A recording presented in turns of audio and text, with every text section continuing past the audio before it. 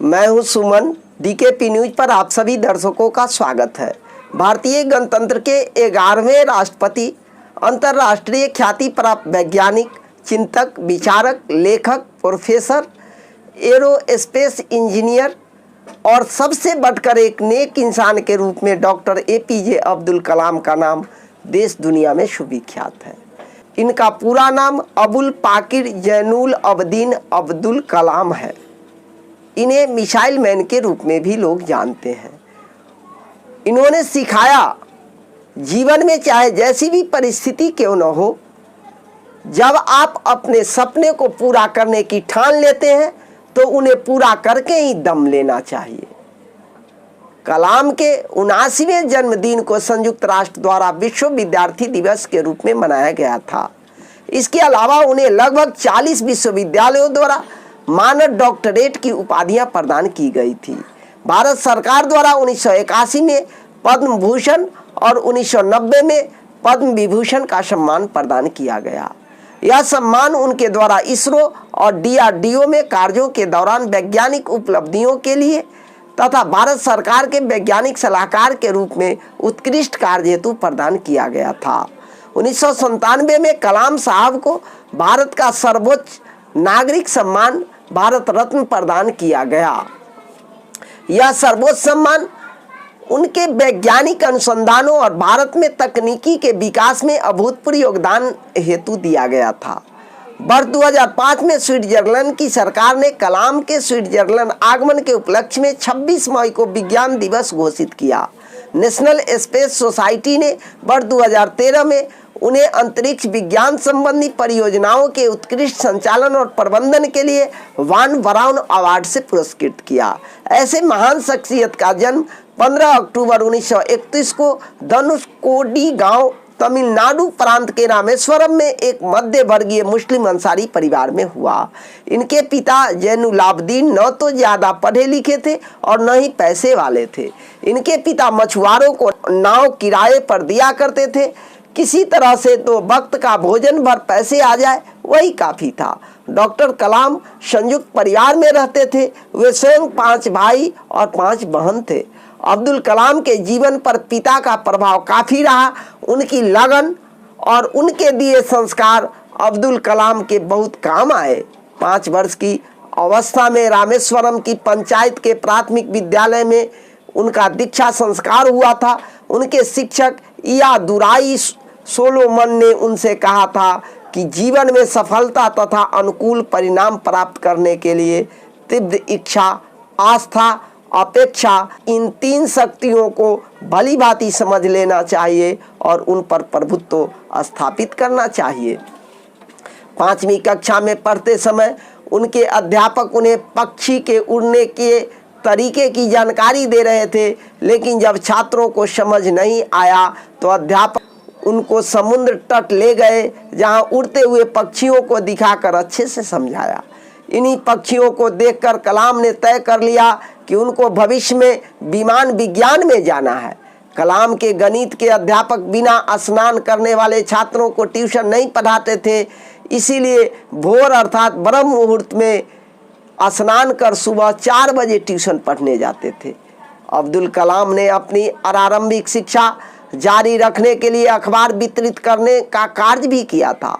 कलाम ने 1950 में Madras institute of technology से अंतरिक्ष विज्ञान में स्नातक की उपाधि प्राप्त की। फिर उन्होंने हावरक्राफ्ट परियोजना पर काम करने के लिए भारतीय रक्षा अनुसंधान एवं विकास संस्थान में प्रवेश किया। 1962 में भारतीय अंतरिक्ष अनुसंधान संगठन में आए, जहां उन्होंने सफलतापूर्वक कई उपग्रह प्रक्षेपण परियोजनाओं में अपनी भूमिका निभाई। परियोजना निदेशक के रूप में भारत के पहले स्वदेशी उपग्रह प्रक्षेपण यान SLV-3 के निर्माण में महत्वपूर्ण भूमिका निभाई, जिससे जुलाई 1982 में रोहिणी उपग्रह सफलतापूर्वक अंतरिक्ष में प्रक्षेपित किया गया था।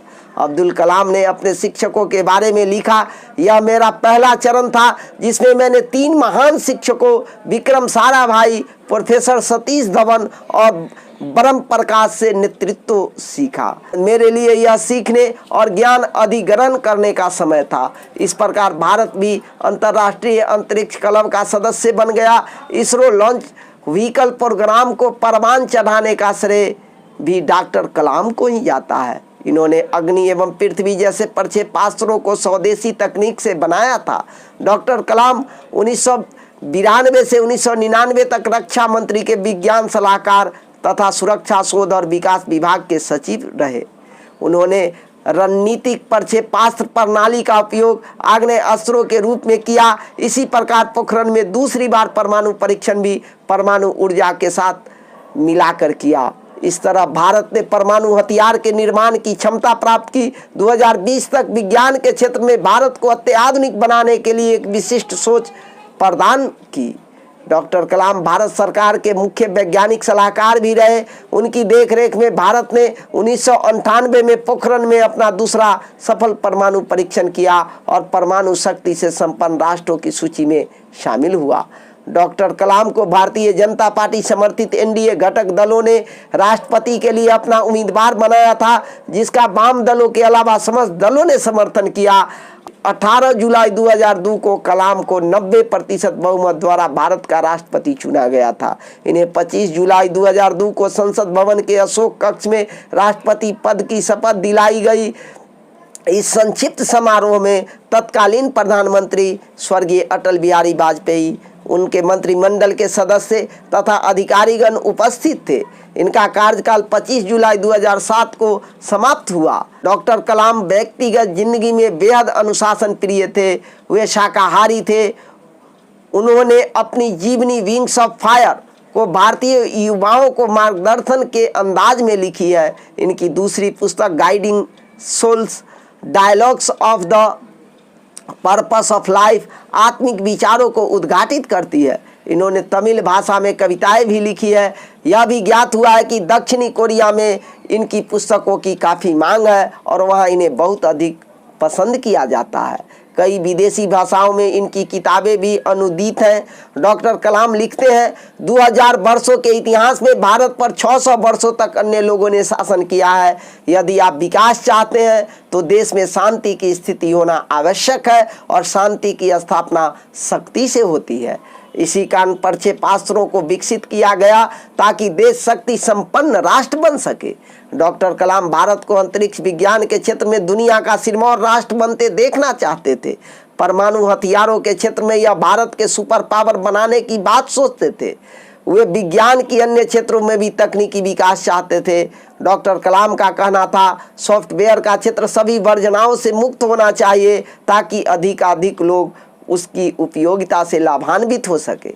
ऐसे में सूचना तकनीकी का तीव्र गति से विकास हो सकेगा। राष्ट्रपति के दायित्व से मुक्ति के बाद डॉक्टर कलाम देश के कई शीर्ष संस्थानों के विजिटिंग प्रोफेसर बन गए।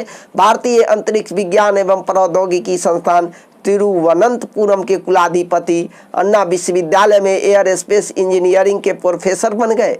भारत भर में कई अनुसंधान संस्थानों में सेवा देने लगे। इस प्रकार डॉक्टर कलाम को एक समर्थ परमाणु वैज्ञानिक के रूप में जाना जाने लगा।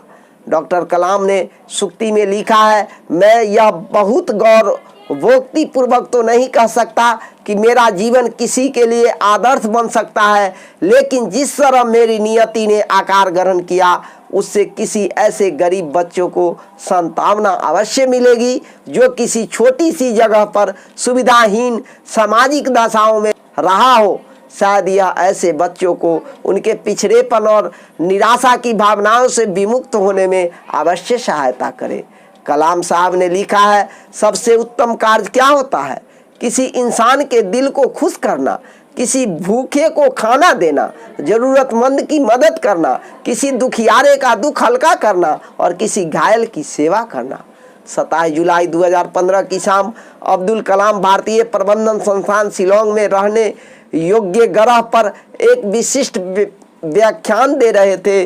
उसी वक्त उन्हें जोरदार कार्डियक अरेस्ट अर्थात दिल का दौरा हुआ और वे बेहोश होकर गिर पड़े। गंभीर हालत में इन्हें बेथानी अस्पताल के आईसीयू में ले जाया गया और 2 घंटे के बाद इनकी मृत्यु की पुष्टि कर दी गई।